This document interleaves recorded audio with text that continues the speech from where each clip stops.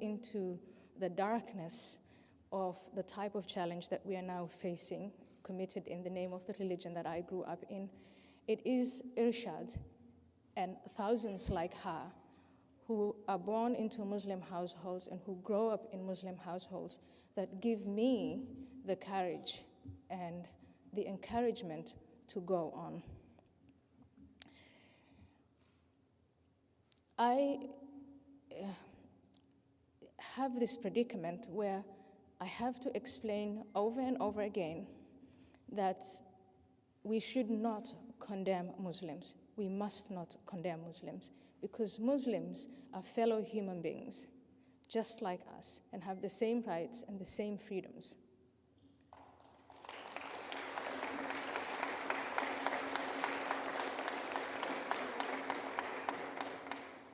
There are millions of Muslims who are moved every day by their sense of dignity, their sense of decency, their sense of integrity, like Irshad and like Rabia, but there are many more who, within their households and within their communities, stand up for their conscience against deeply held and very old traditions.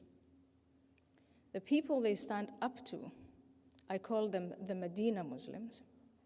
The people that they stand up to are people who take the Quran, which they believe to be the true word of God, and the example of the Prophet Muhammad, and develop a narrative of nothing less than fascism. It is how they read that document and how they look at that icon, the Prophet Muhammad, that they not only keep to themselves, but want to impose on members of their families, members of their communities, their countries, and the world at large.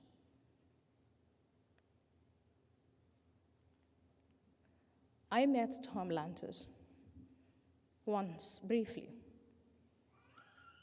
A deep man. He talked to me about the Second World War. He asked me to go to the Holocaust Museum here in Washington, D.C. And like my professors back in the University of Leiden, he made me understand that every age has its fascism. Every age has its totalitarian movement. Like Irshad, I am embarrassed every day because it is now emerging out of the religion that I was born into. And when 9/11 happened, when people who had the same faith as mine hijacked airplanes and killed innocent people and plunged the world into war, the first thing I needed to do was ask myself if I shared those beliefs. And I think for each of us, Muslim or non-Muslim, like Congressman Lantos, we have to have that conversation with our conscience. And having that conversation with my conscience pushed me into this terrible dissonance where I had to choose literally between what my God said, the holy book that I believed in, and the man I was taught was human perfection, the Prophet Muhammad, versus what my conscience was telling me.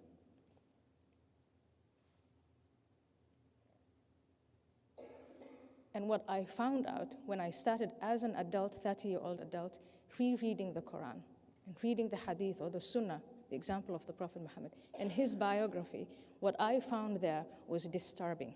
I was alarmed by it. And I couldn't do anything other than reject. And like Irshad says in the video, it is then, when I rejected that I stopped fearing death. Because before that, I realized that I had accepted all of this because I was afraid that once I die, I would be put in hell.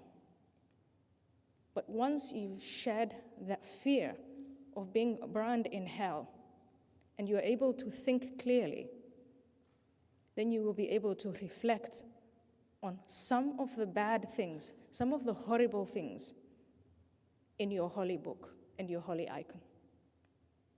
And I am optimistic. I don't think we can bomb bad ideas out of people's heads.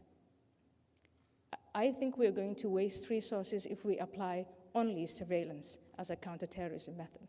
I think the challenge of our time is to persuade as many Muslims as possible to reflect on that conversation between your own conscience and what the Holy Book tells you. That is the only way we can ultimately defeat the narrative of the Islamic extremists. I want to really thank you so much for giving us, all three of us, this platform, for keeping Congressman Lantos' legacy alive and sharing it with the rest of the world.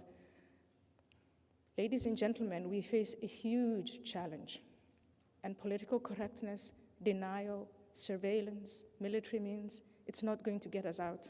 Appeasement is not going to get us out. We have to have a clear-headed confrontation with evil, because if we fail to recognize evil, we'll never be able to defeat it.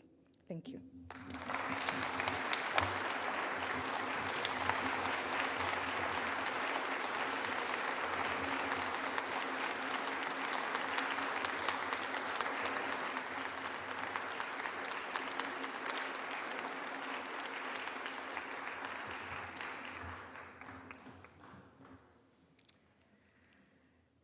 What an extraordinary gathering.